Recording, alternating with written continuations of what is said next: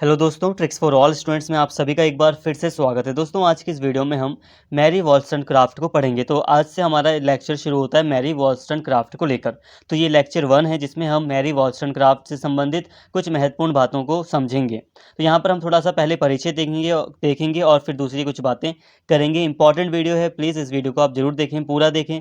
अगर आप पूरी वीडियो देखेंगे तभी आपको ये वाला टॉपिक समझ में आएगा।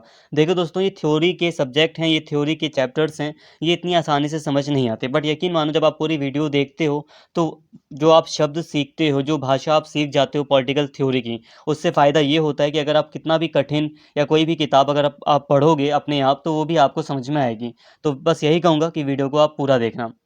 डायरेक्टली टॉपिक पर आते हैं। यहाँ पर हम थोड़ा सा परिचय देख रहे हैं कि मैरी वॉलस्टोनक्राफ्ट का जो जन्म था वो ग्रेट ब्रिटेन के लंदन में 27 अप्रैल 1759 में हुआ था।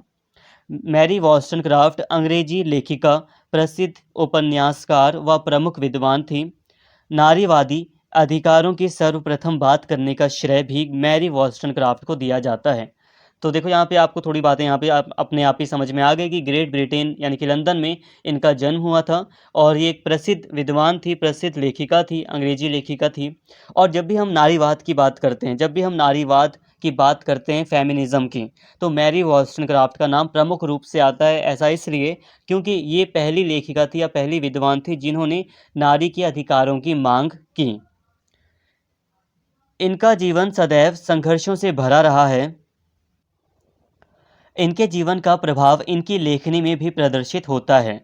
इनके द्वारा लिखी गई रचनाओं में इनका जीवन संघर्ष साफ झलकता है। मतलब यह है कि जो मैरी वॉलस्टोनक्राफ्ट का जो जीवन काल था वो काफ़ी संघर्षों से भरा हुआ था। कई सारी उनको मुश्किलें फेस करनी पड़ी थी और ये जो इनकी मुश्किलें हैं, ये जो संघर्ष है इनकी लाइफ का, वो इनके लेखन में भी हमें देखने को मिलता है। इन्होंने जो कुछ भी लिखा है, रचनाएं जो भी लिखी हैं, उनमें हमें इनका संघर्ष साफ तौर पर दिखाई देता है। वर्तमान में मैरी वॉलस्टोनक्राफ्ट को प्रमुख नारीवादी, राजनीतिक व दार्शनिक के तौर पर पढ़ा जाता है। तो आज के टाइम पर हम मैरी वॉलस्टोनक्राफ्ट को एक नारीवादी लेखिका के तौर पर या दार्शनिक के तौर पर या राजनीतिक दार्शनिक के तौर पर देखते हैं, इन्हें पढ़ते हैं।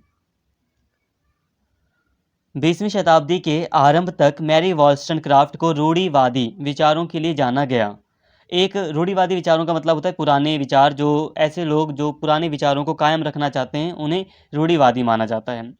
एक नारीवादी आंदोलनकर्ता के रूप में उनकी ख्याति बाद में यानी कि प्रसिद्धि बाद में उन्हें प्राप्त हुई। मैरी वॉलस्टोनक्राफ्ट की मृत्यु मात्र 38 वर्ष की उम्र में 10 दिसंबर 1797 को साम्स टाउन लंदन में हुई। 1798 में उनके जीवन पर आधारित एक मेमोरियल बनाया गया। तो देखो दोस्तों, जो वॉलस्टोनक्राफ्ट थी वो ज़्यादा लंबे समय तक नहीं जी पाई थी। 38 वर्ष तक ही उनकी उम्र में ही वो मतलब उनकी डेथ हो जाती है। ये ज़्यादा इंपॉर्टेंट नहीं है, बस एक अंडरस्टैंडिंग के लिए ये चीज़ थी। यहाँ तक आपको जितनी भी बातें समझ में आई, ये बस एक अंडरस्टैंडिंग के लिए था, एक परिचय था, जिससे कि आपको सारी बातें मैरी वॉलस्टोनक्राफ्ट के जो सिद्धांत वगैरह हैं वो आप समझ सकें। तो यहाँ तक आपको मैरी वॉलस्टोनक्राफ्ट कौन थी ये हल्का-हल्का समझ में आ गया होगा। प्रमुख रूप से आप ये मान के चलिए कि जब हम नारीवाद की बात करते हैं तो इनका नाम प्रमुख रूप से आता है। जैसे उदारवाद की बात करते हैं तो जॉन लॉक का नाम आता है, उसी तरह यहाँ पर इनका नाम आता है। मैरी वॉलस्टोनक्राफ्ट महिलाओं को पुरुष के समान मानने पर बल देने की पक्षपाती है। वह महिलाओं व पुरुषों में केवल अंतर जैविक आधार पर मानती हैं, इसलिए महिलाओं को पुरुषों के बराबर मानती हैं। देखो दोस्तों, ये जो मैरी वॉलस्टोनक्राफ्ट थी, इनका जो मानना था वो ये था कि ये मानती थी कि पुरुषों और महिलाओं में अंतर है, मतलब दोनों ही अलग-अलग हैं। किस आधार पर? जैविक आधार पर। मतलब कि अगर हम बायोलॉजिकल देखें, जैसे कि शरीर की बनावट देखें या शारीरिक क्षमता को देखें, तो इसमें थोड़ा-सा अंतर है। पुरुष और महिला में इसमें ये अंतर है।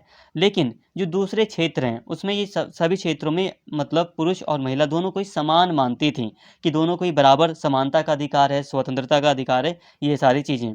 तो मैरी वॉलस्टोनक्राफ्ट पुरुष और महिलाओं को दोनों को ही समान मानती थी। बस इस आधार पर मानती थी कि जैविक अंतर है, बायोलॉजिकल अंतर माना है मैरी वॉलस्टोनक्राफ्ट ने। यहाँ पर उनके द्वारा लिखी गई कुछ प्रसिद्ध उनकी रचनाएँ हैं, कुछ किताबें हैं जो कि काफ़ी प्रसिद्ध हैं। इनके नाम आपको याद होने चाहिए। ये नहीं कि आप पूरे के पूरे सभी बुक्स के इनके नाम याद करें, बट 1-2 बुक जो इम्पोर्टेंट है उसका आप ज़रूर नाम याद कर लें। सभी वैसे इम्पोर्टेंट है यहाँ पर। A vindication of the rights of the woman, a history of French revolution, a vindication of the rights of the man, travel narrative. तो ये सारी इन्होंने प्रसिद्ध रचनाएं लिखी हैं। इसके अलावा thoughts on the education of daughters, Mary a fiction. तो ये प्रमुख इनकी द्वारा लिखी गई रचनाएं हैं।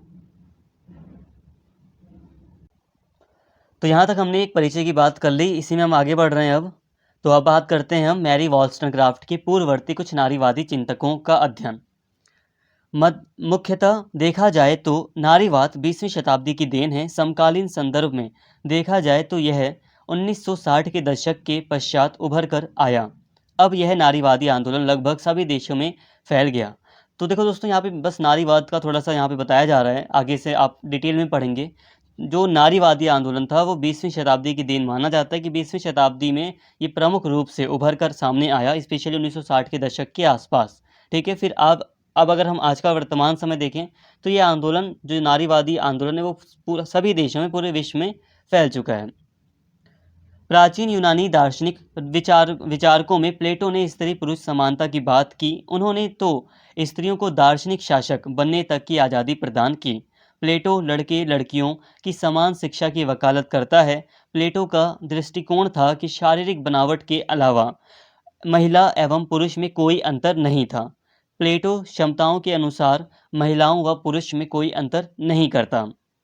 वहीं प्लेटो के शिष्य अरस्तु ने असमानता पर अपने विचार दिए। उन विचारों में अरस्तु ने पुरुष की तुलना में स्त्रियों को बिल्कुल भी पुरुषों के बराबर समानता नहीं दी, बल्कि महिलाओं को दासी की श्रेणी में रखा। देखो दोस्तों, यहाँ पर हम बात कर रहे थे कि आखिर मैरी वॉलस्टनक्राफ्ट से क्या पहले कुछ नारीवादी चिंतक थे? तो हाँ, थे। कई सारे चिंतक थे, हालांकि वो स्पष्ट तौर पर नारीवाद के रूप में नहीं आए सामने, लेकिन जैसे कि हमें जो बहुत पुराने जो दार्शनिक है, जैसे कि प्लेटो, तो प्लेटो के सिद्धांतों को हमने पहले की वीडियो में पढ़ा है। उसने क्या बताया है? उसने स्त्री पुरुष दोनों की ही समानता की बात की थी। उसने क्या कहा था कि जो सभी बालक बालिकाएं होंगे उनको एक समान शिक्षा दी जाएगी। अपने सिद्धांतों में उसने ऐसी बात करी थी।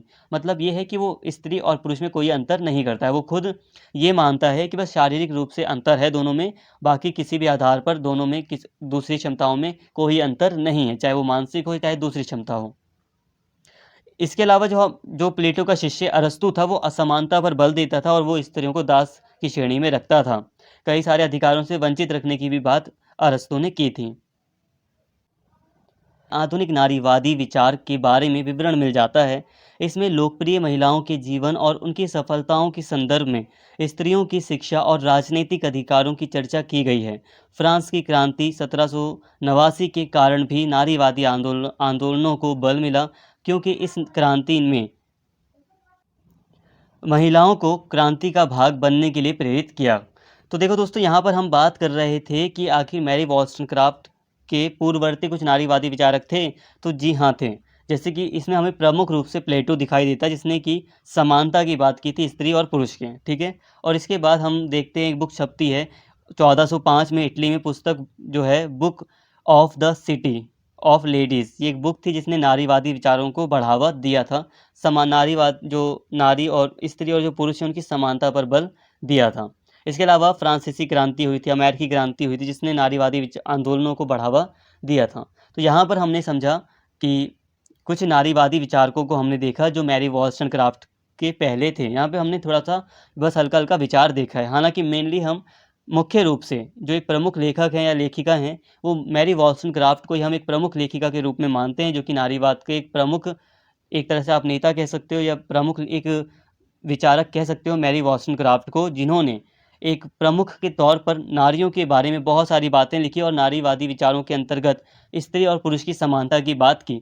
इनके बारे में हम काफ़ी डिटेल में अभी जो नेक्स्ट लेक्चर्स आएंगे उनमें हम काफ़ी डिटेल में इनके जो भी सिद्धांत वगैरह हैं, जो भी इनके विचार हैं, उनको डिटेल में हम समझेंगे।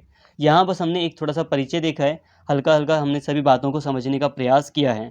उम्मीद करता हूँ दोस्तों यहाँ तक आपको वीडियो पसंद आई होगी। छोटी वीडियो रख रहे हैं ताकि आपको काफ़ी अच्छे से समझने में अच्छा लगे, और छोटी वीडियो अच्छी रहती है समझने में स्टूडेंट्स के लिए। तो आगे के जो भी लेक्चर्स हैं वो भी एक दूसरे से जुड़े हुए हैं, तो प्लीज़ आगे के लेक्चर्स को भी आप ज़रूर देख लेना। उम्मीद करता हूँ वीडियो अच्छी लगी होगी। अगर आपको वीडियो अच्छी लगी हो तो प्लीज़ चैनल को सब्सक्राइब कर लें और इस वीडियो को ज़्यादा से ज़्यादा शेयर करें और लाइक करें। Thank you.